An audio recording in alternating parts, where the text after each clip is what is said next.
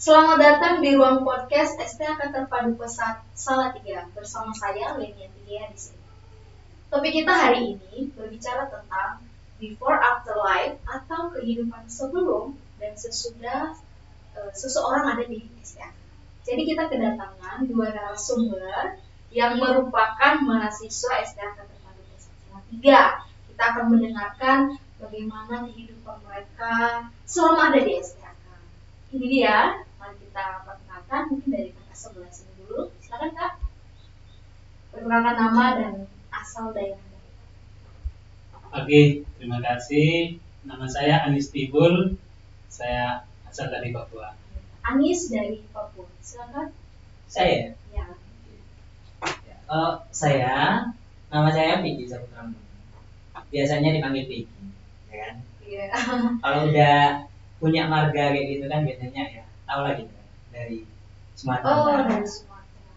Oke, kakak-kakak kita ini berasal dari Papua dan berasal dari Sumatera.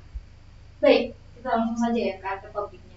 Jadi gini, masa SMP dan SMA itu adalah masa-masa di mana seseorang ada di posisi remaja awal atau masa peralihan gitu. Kira-kira gimana nih kehidupan masa SMP sampai SMA-nya kakak-kakak sekalian? Mau diseringkan dari Kak Vicky silakan. Oh, Kak Vicky. Saya. Ya, kalau saya mungkin di masa-masa SMP sampai SMA ya, mungkin lebih ke masa SMP yang paling sangat-sangat teringat lah mau. Oh. Di masa SMP ini ya saya memang hidupnya cukup luar biasa. Luar biasanya itu luar biasanya ya di luar kendali lah gitu. Ya, saya hidup penuh dengan pergaulan yang kurang baik, hidup di tengah-tengah pergaulan ya anak-anak muda, remaja-remaja ya pastinya peminum, perokok. Jadi ya setiap malam minggu selalu ngumpul sama-sama, selalu ya melakukan kegiatan-kegiatannya kurang baik lah. Cuman ya ada juga hal-hal tertentu yang dilakukan yang membuat malu lah. Ya kalau masa-masa SMA ya karena udah mulai terkontrol, jadi udah mulai berubah lah, berbeda jauh lah dari masa SMP. Jadi yang paling teringat itu masa-masa SMP-nya. Oke, Kak Anis sendiri gimana Kak? Oke, kalau saya waktu SMA pun SMP saya merantau di kota. Jadi saya tidak ikut hal-hal yang tidak sesuai. Maksudnya menurut saya itu salah. Ya saya tidak ikut bergabung di situ. Dan Anak baik. sempat juga ada orang tua angkat saya, mereka diajak diminum, tapi saya menghindari. Alasan saya mau jadi polisi, jadi saya tidak mau minum itu. Oh iya, karena itu juga termasuk syarat untuk jadi Iya, itu untuk bagaimana saya akan menghindari hal seperti itu.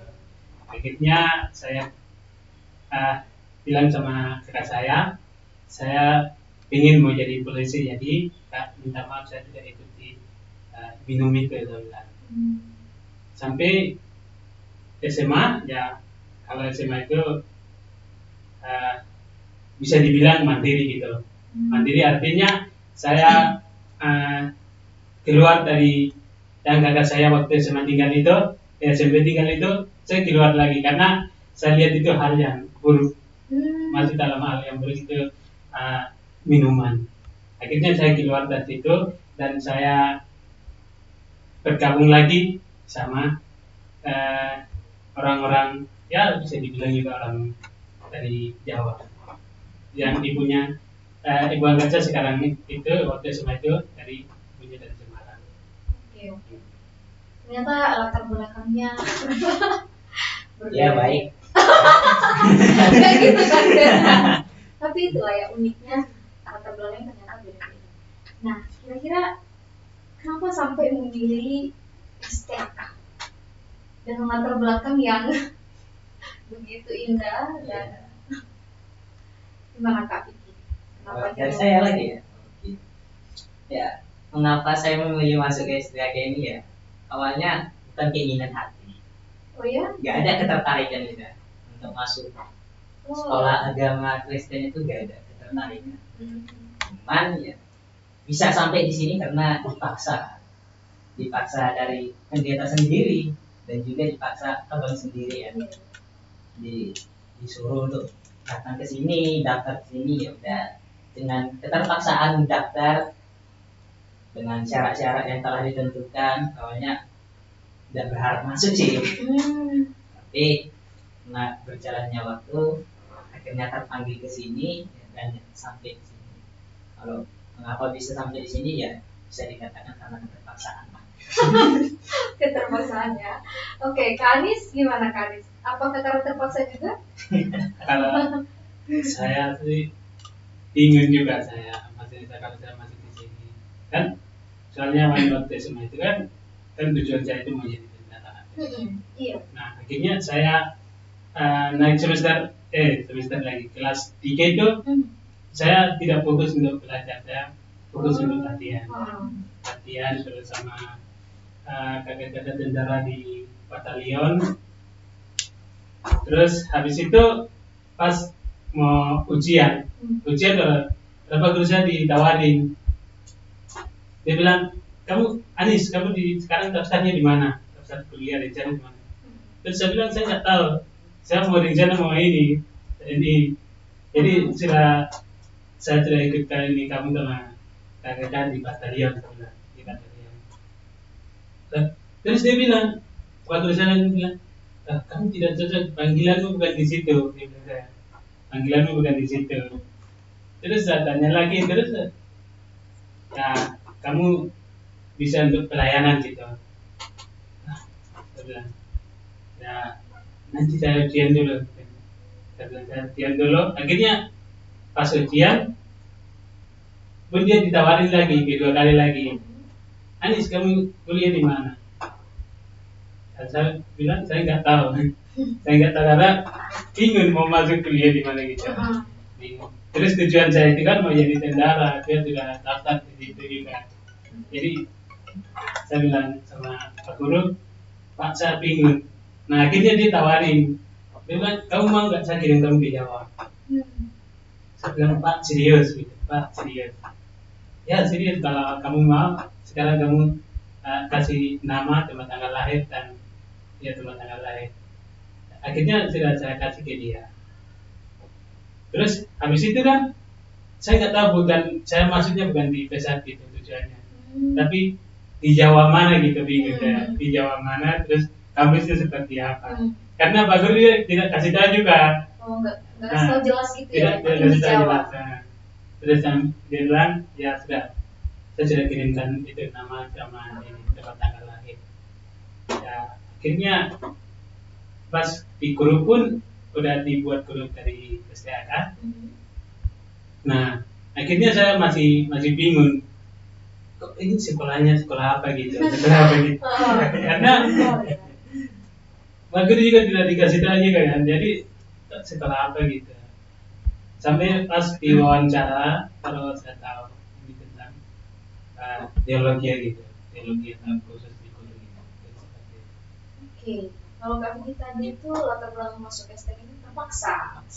Kalau Kak Andi sendiri bingung, akhirnya mengalir aja. Gitu ya. Oke, akhirnya tapi pastinya waktu itu ya mau tidak mau ada di STAK toh, kakak sekalian. Nah, tentunya sih. Gimana nih prosesnya sampai akhirnya ada di titik bahwa saya ini ke STAK bukan karena lagi kemarin itu loh, karena alasan saya terpaksa atau karena saya bingung, tapi benar-benar udah tahu akhirnya tujuan yang sebenarnya nyampe di STAK itu apa, atau yang sering disebut sama kita itu panggilan gitu. Akhirnya gimana prosesnya, akhirnya kakak-kakak sekalian ini merasakan apa yang namanya panggilan di STAK. Kalau dari Kak sendiri gimana Kak? Oke, kalau dari saya ya waktu dari waktu semester 1 itu kan saya tidak tertarik untuk panggilan pelayanan Tuhan gitu. Nah Nah akhirnya pas semester 2 itu kan saya lulus, saya mau dicobain daftar di bagian ini di Malang, malah dilulus, saya lulus dan disuruh dijemput. Oh, di Malang sana? Dari Malang disuruh dijemput, saya bilang nggak usah, tidak, saya bilang kan jauh di lagi karena saya tidak akan masuk semester 2 kan di sini. Oh, maksudnya sudah semester 2 di Iya, STAK, diterima di Malang? diterima itu dan bagian ini apa kayak di satpam. Kerja di satpam di kantor-kantor gitu. Nah mereka bilang ya Anis di mana, ayo kita jemput. Bilang Pak, nggak usah saja. Kita bilang nggak usah saja gitu. Nah jadi ya panggilan Tuhan itu sangat luar biasa karena mungkin menurut kita itu, menurut saya itu ya mau pikiran saya itu kemana-mana gitu, kemana-mana. Tapi ya panggilan itu kuat, panggilan Tuhan itu kuat untuk dalam hidup saya. Akhirnya saya masih bertahan sampai sekarang bisa. Berarti seakan-akan Tuhan itu memanggil Anis ya di STK. Anis di STK. Macam-macam ini ya. Ternyata Kak Anis ini ngalamin apa yang namanya Tuhan itu sendiri gitu, kayak yang Anis cukup di STK gitu ya. Kalau Kak Vicky sendiri? Ya, kalau saya sendiri apa ya? Awalnya sih kaget kan. Kagetnya gimana Kak? Sampai di sini kan di SKK sini. Karena ya tadi kan udah karena keterpaksaan gitu kan. Akhirnya manut aja. Tapi berharap itu STK itu tempat yang ya kampus-kampus yang lain kayak gitu lah kan. Udah ada ekspektasi sendiri ya. Terus setelah sampai di sini terkejut lah kan gitu. Ini jadi kampus atau bagaimana dengan kondisinya yang begitu sederhana. Tapi dengan kondisi yang sederhana ini ya saya mengalami paham akan panggilan ini. Ya awalnya memang sampai semester 3 sih masih bimbang kan. Masih bimbang. Nah, apa sih harus sampai di sini gitu kan? Masih bertanya-tanya. Tapi ada di satu ketika tanpa tidak tahu kenapa ada dorongan dalam hati itu kan berdoa sendiri, berdoa pribadi. Terus tiba-tiba kayak ada dalam hati kayak tanya sama Tuhan aja lah alasannya kenapa sampai sini. Nah, setelah itu saya paham bahwa ternyata saya ada di sini bukan karena tadi keterpaksaan, bukan karena ada abang di sini yang ngajak, tapi karena ada maksud Tuhan yang begitu luar biasa dalam hidup saya, khususnya untuk melayani setiap anak-anak. Karena setelah sampai di tempat ini saya baru sadar bahwa ternyata untuk melayani anak-anak itu sangat penting. Karena ya sebelum di sini pun saya nggak suka yang namanya anak-anak, paling nggak suka dengan anak-anak. Paling ya, kalau udah ketemu sama anak karena itu pengen rasa sabar. Tapi setelah di sini baru paham ternyata asik juga kalau sama anak-anak gitu. Ternyata melayani anak-anak itu sangat luar biasa. Jadi setelah sampai di tempat ini ya, saya baru paham tentang panggilan itu. Ternyata panggilan saya itu tujuan Tuhan panggil saya itu ke sini bukan karena keterpaksaan, tapi karena ada maksud Tuhan dengan menempatkan saya untuk melayani setiap orang. Berarti pada intinya adalah ya memang itu Tuhan yang Tuhan inginkan untuk kita ada di sini. Iya. Oke. Kira-kira dari banyaknya kegiatan yang udah dilalui nih ya di STK, momen yang paling diingat ini apa? Dong. Ini apa kan? Iya. Kalau dari saya ya, momen yang paling saya ingat setelah sampai di tempat ini itu menjadi momen yang paling berharga dalam hidup saya. Dimana itu terjadi di semester 1. Semester 1? Iya. Di semester 1 tepatnya di perayaan Natal. Dimana sebelumnya ibadah pun saya malas di kampung, ikut ibadah pemuda pun saya malas, bahkan dipercayakan untuk mimpin pujian di ibadah pemuda di gereja pun waktu di kampung itu sangat malas. Tapi sampai di tempat ini, momen yang paling berharga itu saya dipercayakan untuk menyampaikan firman Tuhan di perayaan Natal angkatan kelas. Oh, di perayaan Natal angkatan. Iya, ini momen yang sangat-sangat luar biasa dalam hidup saya. Bahkan saya tidak pernah lupa akan hal itu karena saya tidak pernah berpikir bahwa saya bisa melakukan hal seperti itu. Bahkan ketika diberikan kepercayaan pun, saya terkadang menolak. Terkadang merasa diri saya itu tidak mampu. Tapi ya mungkin itu udah rencananya Tuhan gitu kan. Membawa saya ke tempat ini dan melalui teman-teman yang mempercayai saya untuk menyampaikan firman Tuhan, mungkin pun persiapannya itu sangat-sangat ya bimbang harus apa yang mau disampaikan. Apalagi ini perayaan Natal di angkatan gitu kan. Tema apa yang mau diambil, ayat mana yang mau diambil, tapi ya kalau udah Tuhan yang menuntun itu luar biasa memang saya. Ya, itulah momen yang sangat-sangat luar biasa dalam hidup saya yang tidak pernah saya lupakan. Ketika saya sudah berada di tempat ini dari sekian banyak kegiatan-kegiatan yang ada di tempat ini, dari sekian banyak kesempatan yang diberikan kepada saya, hanya itu momen yang sangat-sangat berharga dalam hidup saya. Itu ya, berarti dipercayakan membawa firman di perayaan Natal angkatan. Iya. Kira-kira dari momen itu apa nih Kak Vicky yang sampai akhirnya merubah cara pandang atau sesuatu gitu yang merubah Kak Vicky? Iya. Yang merubah cara pandang saya dari momen itu adalah bahwa saya akhirnya paham bahwa Tuhan itu bukan main-main untuk memilih setiap orang menjadi pelayannya. Tuhan itu punya rancangan terbaik bagi setiap orang yang sudah dipilihnya. Nah, meskipun di awal saya merasa apapun prosesnya adalah ikuti saja, gitu. Ikuti saja, manut saja gitu ya. Apapun itu ya intinya diikuti saja sampai nanti bisa lulus. Gitu. Tapi mulai di momen itu saya berpikir bahwa ketika kita mengikuti hanya sekedar ikut-ikutan akan aturan, akan setiap proses itu nggak akan ada perubahan dalam hidup. Tapi di momen itu cara pandang saya itu berubah. Bahwa ternyata Tuhan itu punya tujuan tertentu.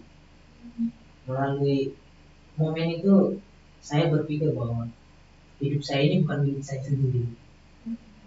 Hidup saya ini bukan saya yang mengontrol, tapi Tuhan sendiri yang mengontrol hidup saya. Tuhan yang berhak atas hidup saya, sehingga apapun yang Tuhan inginkan, apapun proses yang Tuhan berikan, bukan saya yang mengandalkan diri saya, tapi saya mengandalkan Tuhan dalam hidup saya. Jadi cara pandang itulah yang saat ini juga selalu saya pegang, bahwa Tuhan itu akan selalu memberikan yang terbaik. Ini kan, gimana kita bergeser ke Kanis? Gimana Kanis? Momen yang paling diingat? Kalau saya waktu semester 2 itu di tempat pelayanan, di situ ya dipercayakan dari pendeta untuk khotbah di tempatnya di Tumur. Nah di situ saya kan waktu itu kan baru semester 2 kan. Nah saya bingung dan saya bilang, Pak, gimana saya khotbah? Dan saya tadi sama pendeta. Dia bilang, saya percaya kamu bisa. Nah akhirnya kan kami di situ kan ada 3 orang sama kakak laki-laki, satu dari Papua juga, tapi dia kan BPL praktek di situ juga. Nah saya tanya ke pendeta, terus dia disiapkan bahan bapaknya. Nah terus dia cari gini. Nah tema itu saya masih ingat tentang melayani dengan apa yang kamu diinginkan itu sesuai dengan kehendak Tuhan. Nah, akhirnya saya sudah menyampaikan firman Tuhan di jemaat. Nah, habis itu pas pulang itu saya tanya sama Pak, bagaimana? Dia bilang oke. Kamu kalau saya lihat kamu kalau pendeta cukup oke katanya. Cocok ya kata pendetanya. Kata pendeta. Kalau kamu jadi pendeta oke gitu. Nah, akhirnya saya merasa bahwa saya melayani itu bukan berarti bukan kemampuan saya sendiri gitu. Mungkin ada campur tangan Tuhan supaya saya bisa untuk melayani gitu. Nah, dari situ saya kembali lagi pikir sama awal dari Pak Guru di Papua itu. Dia bilang kamu kalau ini tidak bisa, tidak cocok. Jadi kamu harus jadi hamba Tuhan, gitu ya. Jadi hamba Tuhan. Itu kata Pak Pendeta di Papua? Bukan, itu Pak Guru saya. Pak Guru di Papua. Oh. Nah akhirnya semua orang itu mereka bilang saya itu kayak pendeta yang. Oh jadi itu yang ubah karis ya? Iya. Oh. Jadi pendeta. Mereka lihat saya itu cocoknya di bagian melayani kan, tapi menurut saya kayak begitu. Ya. Akhirnya saya pikir dan saya menemukan kalau melayani Tuhan itu jangan, walaupun terbatas apa yang kita sampaikan terbatas, tapi kalau sesuai dengan kehendak Tuhan ya bisa. Nah akhirnya pikiran saya itu kayak di Bandung itu yang kemarin daftar itu kan, saya gagal, maksudnya saya dibatalkan dari situ karena dipercayakan di kota di gereja, terus semua orang itu bilang ya kamu bisa cocoknya di pelayanan gitu kan, akhirnya saya dibatalkan di situ. Saya bilang ya nggak usah, saya tidak usah di situ gitu. Jadi ya dalam hidup saya sangat luar biasa. Terus saya merenungkan lagi, berpikir lagi, kok kalau saya jadi polisi atau tentara, bagaimana gitu, apakah saya musuh sama orang gitu. Kalau kan jadi tentara itu kan ya itu dunia perang gitu kan, perangnya dunia perang. Jadi saya musuh sama orang dan saya tidak sesuai dengan panggilan Tuhan gitu, sesuai dengan panggilan Tuhan. Nah akhirnya saya semuanya itu dibatalkan, maksudnya untuk mau ke ini semua dibatalkan dan saya fokus melayani. Jadi lebih kepada mengasihi orang dan memusuhi yang bukan sih ya. Oke, baiklah. Oke, kalau kita berbicara tentang karakter ini kan tentang ya sifat kita gitu, sifat yang dirasakan oleh orang yang ada di sekitar kita, ataupun ya kita sendiri gitu merasakan bahwa yes, aku mengalami perubahan. Gimana nih untuk perubahan karakternya sejak ada di STAK, terlebih dari latar belakang yang SMP SMA tadi itu ya? Iya. Ya, itu bisa dibilang sangat di luar dulu. Sampai di STAK gimana perubahan? Kalau dikatakan berbicara tentang perubahan karakter dari awal tadi, mungkin setelah sampai di sini sangat-sangat berbeda jauh. Dikatakan karakter saya sebelum sampai di sini dengan sampai di sini itu bisa dibilang sangat-sangat berbalik lah. Dimana awalnya itu hidup seenaknya saja, tapi ini jadi terkontrol. Karakter itu semakin berubah, yang awalnya bertindak seenaknya saja, ini harus melakukan tindakan-tindakan yang penuh dengan pemikiran tersendiri. Harus dihitung-hitung dulu apakah ini baik atau enggak, apakah ini layak untuk dilakukan atau enggak. Kalau karakter saat ini ya mungkin orang lain lebih tahu tentang karakter kita gitu. Lebih merasakan. Iya, lebih merasakan, karena kalau saya sendiri ya takutnya dibilang sombong gitu kan. Kalau saya sendiri yang menilai karakter saya, takutnya dibilang sombong gitu. Tapi dari apa yang saya rasakan ya karakter saya saat ini sangat-sangat jauh berbeda. Ini saya mengerti dan bagaimana hal yang patut untuk dilakukan, apa yang sesuai dengan apa yang diinginkan orang-orang yang di sekitar saya, dan juga sesuai dengan apa yang Tuhan kehendaki dan Tuhan inginkan.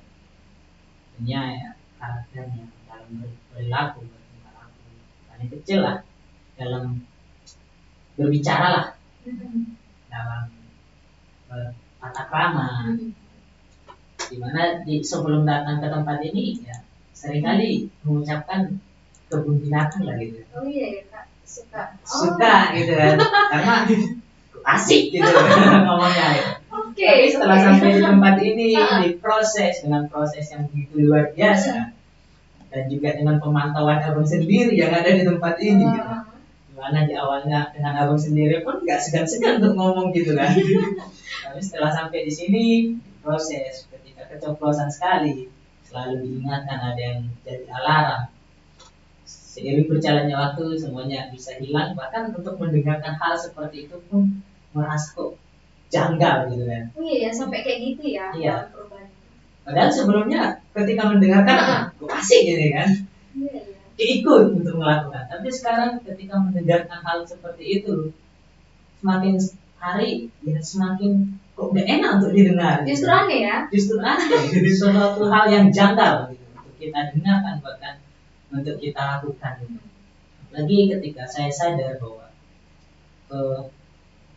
hal itu juga tidak baik dalam perkataan pun, karena hal yang membuat saya paling berubah adalah satu perkataan yang membuat saya semakin tidak suka untuk mendengarkan hal-hal seperti itu, untuk melakukan tindakan-tindakan yang kurang berkenan pada orang lain. Karena ketika kita mengucapkan hal-hal seperti itu, mengucapkan kata-kata kotor, itu artinya kita sendiri yang mencaci diri kita sendiri. Karena itu berasal dari kita sendiri terlebih dahulu. Sehingga yang tertuju sendiri itu pada diri kita sendiri. Setelah dari kita, baru pada orang lain. Karena kan prosesnya sebelum kita mengucapkan hal seperti itu, sebelum kita melakukan hal seperti itu, pasti kita memikirkannya terlebih dahulu. Terlintas dalam pikiran kita. Sehingga kita berpikir untuk ngucapin, kita berpikir untuk melakukan. Pasti ketika kita ngucapin, ketika kita melakukan, yang kena diri kita sendiri.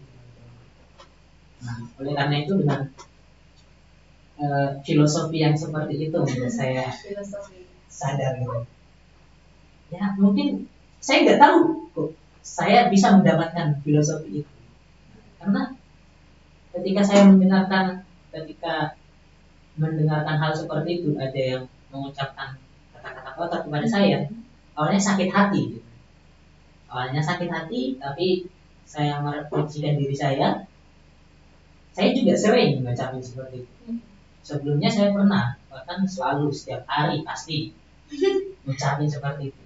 Tapi saya sadar bahwa sebelum saya juga mengucapkannya itu pada orang lain, saya sendiri yang kena. Jadi sehingga ketika ada orang lain yang mengucapkan kata-kata kotor kepada saya biasa aja, tidak merasa ya itu mungkin bukan untuk saya, tapi itu kena kepada dirinya sendiri, dan itu yang menjadi sebuah pegangan bagi saya secara tersendiri untuk perubahan karakter saya di tempat ini. Jadi bisa dikatakan ya, sangat-sangat jauh berbeda untuk berbicara tentang karakter itu. Jadi kita hidup dalam komunitas, itu karakter kita yang menentukan kita berhak di komunitas kita. Jadi karakter itu sangat penting untuk dirubah. Dan karena itu saya merubah karakter saya semampu saya untuk melakukan yang terbaik dalam hidup saya. Karena di masa lalu saya juga karakter yang seperti ya kurang baik itu membuat saya juga tidak senangi banyak orang. Jadi ya perubahan karakter dalam hidup saya itu sangat-sangat berbeda. Oke. Tapi untuk menguatkan, pernah nggak Kak Vicky sendiri mendengarkan bahwa orang lain gitu yang mengatakan bahwa Vicky saya tidak menyangka bahwa kamu terlalu dulu. Pernah nggak? Hal itu banyak ya. Oh iya, banyak ya. Banyak orang yang mengatakan bahwa diri saya itu sudah berubah. Bahkan ketika awal-awal sampai di sini pun, baru 1 bulan sampai di sini pun, teman-teman saya mengatakan bahwa kok kamu berubah gitu kan? Berubah bukan menjadi hal yang lebih buruk, tapi berubah semakin baik. Karena teman-teman saya yang biasanya teman tongkrongan saya, mereka yang lebih tahu ya. Iya. Atau masa itu. Meskipun lewat media sosial gitu, Uh-huh. tapi dari biasa chat dengan chat gitu, ketika teleponan ucapan semakin dikontrol, mereka merasa kok kamu langsung berubah gitu. Kok semakin suci gitu. Yeah. Tapi meskipun mereka mengatakan seperti itu menjadi pegangan dalam hidup saya. Meskipun saya dikatakan semakin berubah dengan kondisi yang sebelumnya, ini menjadi kesempatan saya untuk bisa juga berubah. Selain itu juga dari abang saya sendiri perkataan yang mengatakan bahwa saya berubah ketika saya udah di semester 2. Ya, dia mengapresiasi saya dan itu menjadi apresiasi pertama yang saya dapatkan. Apalagi berbicara tentang karakter. Karena di awalnya sebelum datang ke sini pun ya kami selalu bertolak belakang gitu. Dia A, saya pasti selalu memilih B. Namun ketika sampai di tempat ini, itu pertama kali saya diapresiasi dengan karakter saya sangat-sangat berbeda. Meskipun itu masih di semester 2, bisa dikatakan itu sudah terlalu cepat untuk berubah. Karena dengan kondisi awal yang sangat amburadul lah, meskipun dengan pengawasan merubah semua. Juga dari teman-teman sendiri yang ada di angkatan yang mengatakan bahwa kamu semakin hari semakin berubah. Itu semua menjadi motivasi dalam hidup saya, merubah karakter saya. Oke, jadi Kak Vicky, kalau Kak Anis gimana untuk perubahan karakternya? Kalau Kak Vicky kan ya benar-benar perubahannya, dan kita udah dengan masa SMP SMA-nya gimana? Kalau Kak Anis ini bisa dibilang mungkin atau lebih meningkat, atau bagaimana nih Kak karakternya? Kalau saya lebih di bahasa terus dengan ini karakter. Kalau misalnya kan di Papua kan, di Papua kalau bicara sama orang itu bahasanya kasar. Nah, kasar itu bukan karena mereka dimarah, cuman ya memang kayak gitu. Tapi saya belajar, saya masuk di sini dan saya banyak belajar sama orang-orang di luar, di Pulau Jawa sini. Akhirnya bahasa Amerikanya seperti ini, maksudnya kan walaupun bahasanya halus tapi ya ada yang sisi lainnya mereka dimarah, terus ada yang merasa dimarah gitu ya, sama ada yang ada yang sisinya mereka tidak dimarah walaupun bahasanya halus. Sedangkan di Papua itu ya kalau bahasa halus kasar, bukan mereka itu bukan di halus, walaupun marah tidak bahasanya kasar. Nah dari situ saya belajar kalau cara berbicara seperti ini berarti itu marah gitu. Kalau apalagi kalau sekarang di sini kan kita banyak dari seluruh Indonesia gitu kan, Indonesia. Nah kalau misalnya saya tetap kalau logat Papua, cara berbicara dari Papua, mungkin teman-teman lain pikir bahwa itu dia marah gitu kan, dia marah. Tidak. Jadi mungkin itu yang saya sekarang ini belajar bahwa walaupun cara berbicara itu bukan menentukan dari maksudnya suara itu bisa juga didahankan sedikit supaya apa yang bisa didengarkan orang lain kita ngomongin, kalau tidak ya tidak gitu. Jadi itu yang saya mengalami, bisa menangkap hal itu. Dan juga ya kalau tentang karakter ya waktu di sana itu saya tidak pernah untuk doa pribadi saat itu gitu. Tapi semenjak saya masuk di sini akhirnya saya mengalami panggilan Tuhan itu. Terima kasih. Berarti Kak Anis ini lebih kepada mengikat gitu ya, dari karakter yang udah dapat SMP SMA itu. Emangnya manis Kak Anis, pernah dengar nggak dari, kan lagi tinggal di Jawa nih, apakah pernah mendengarkan atau mendapatkan orang Jawa yang menyampaikan sama Kak Anis? mereka merasa kakak lagi marah atau bagaimana nih, atau gimana pengalamannya gitu? Itu ya pernah. Nah, suatu saat saya pas di tempat pelayanan kan, di tempat pelayanan, saya bicara yang seadanya, dan seadanya malah mereka dengar itu salah. Masih salah dengar artinya.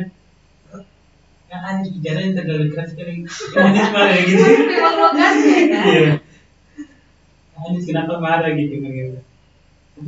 Gimana cara marahnya? Padahal memang itu saya gitu. Iya. Hal itu biasa ya. Saya bilang enggak, saya tidak marah. Cuman saya memang jualannya kayak gitu gitu. Iya. Jualannya kayak gitu. Oh, ya. Kalau di sini dan akhirnya saya juga saya bilang sama itu orangnya minta maaf. Memang suara saya itu dimarah tidak ya saya seperti itu diikuti di waktu itu suaranya ya marah atau tidak seperti itu. Saya minta maaf sama dia juga kayak gitu. Iya.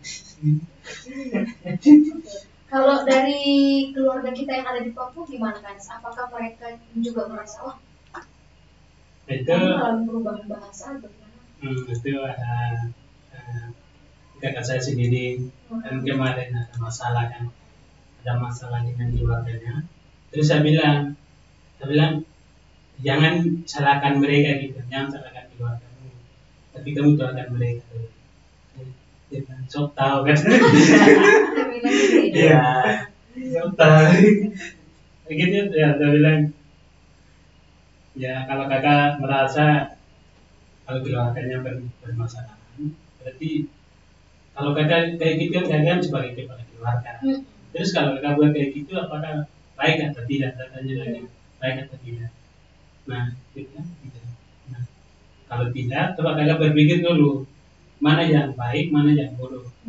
Mungkin ada yang hal yang bisa untuk bagaimana kakak akan menyelesaikan masalah itu. Jadi kalau kakak bicara seperti itu ya itu tidak boleh dari dalam dia, tidak boleh. Akhirnya saya besan sama dia, terus dia awalnya ya dibilang ya sok tahu anak kecil kan kayak gitu, tapi akhirnya ya saya cobain dulu katanya, saya cobain dulu. Nah 2 minggu kemudian dia bilang, dia telepon lagi ke saya, ternyata aja kamu jadi orang pertama gitu, masih orang pertamanya kamu yang lebih tua dari saya gitu. Akhirnya diakui juga ya. Kamu yang lebih tua kamu yang lebih tua dari saya gitu. Nah itu yang saya belajar, maksudnya saya pahami berarti apa yang memotivasi kepada orang lain itu yang penting itu bisa disampaikan. Oke. Memang sih kadang-kadang perubahan yang kita alami itu keluarga bahkan orang-orang itu nggak percaya memang. Kayak Kak Anis ini ya mungkin dari Kak Vicky sendiri ya mereka mengakui, tapi kalau Kak Anis yang berbeda, ada yang menyangkal nggak percaya sampai pada akhirnya dites ternyata Kak Anis benar. Oke, terima kasih Kak Raka. Harus diuji dulu ya. Oke, baik, terima kasih untuk kakak sekalian Kak Anis dan Kak Vicky. Sharingnya sangat menyenangkan. Saya sangat terberkati. Apalagi teman-teman yang ada di luar sana yang menonton video ini, saya percaya kalian akan terberkati dengan pengalaman-pengalaman hidup kakak-kakak ini. Nah, oleh karena itu, gimana nih kakak-kakak Anis, Kak Vicky, masa iya sih mau ngalamin perubahan sendiri? Gimana? Mungkin ada closing statement-nya ya, atau ucapan kepada teman-teman yang ada di luar sana, yang beberapa mungkin ada yang sama dengan kita latar belakangnya. Dan gimana nih? Ucapan-ucapan atau ya sesuatu yang mau dikatakan kepada mereka yang lain. Siapa dulu? Saya dulu. Oke. Silakan. Saya. Iya. Oke.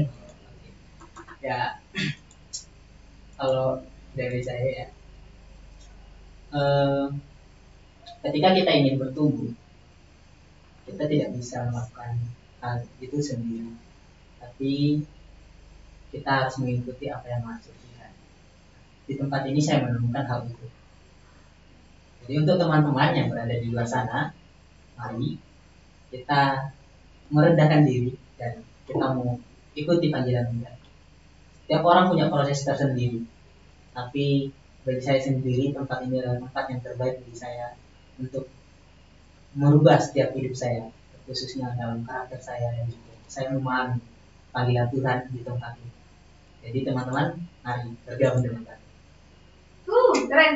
Kak Anis, gimana Kak Anis? Oke, kalau dari saya buat teman-teman, kalau teman-teman menonton dari video yang kami ini, mungkin banyak pengalaman yang alami baik dari teman-teman masing-masing, mungkin ada. Tapi mari kalau teman-teman untuk bertumbuh bersama-sama dengan Tuhan untuk melayani dan mengikuti panggilan Tuhan, ya bukan berarti saya bilang bahwa di sini sangat baik, tapi menurut saya ya dalam diri saya berubah dari hal karakter atau hal-hal yang bisa dibilang hal-hal buruk itu saya merubahkan dan saya untuk bisa melayani pada khususnya di anak-anak desa. Jadi buat pesan dari saya teman-teman, kalau mau pengen untuk melayani Tuhan, mari di pesan ada buat teman-teman. Terima kasih. Oke, teman-teman jangan cuma mendengarkan, tetapi alami sendiri. Terima kasih sudah bersama dengan kami pada hari ini. Kami ucapkan Tuhan Yesus memberkati. Salam. Terima kasih Kak Vivi, terima kasih Kak Anis. Salam. Selamat. Berapa menit kali Kak? Lebih kan? 30 menit. Oh.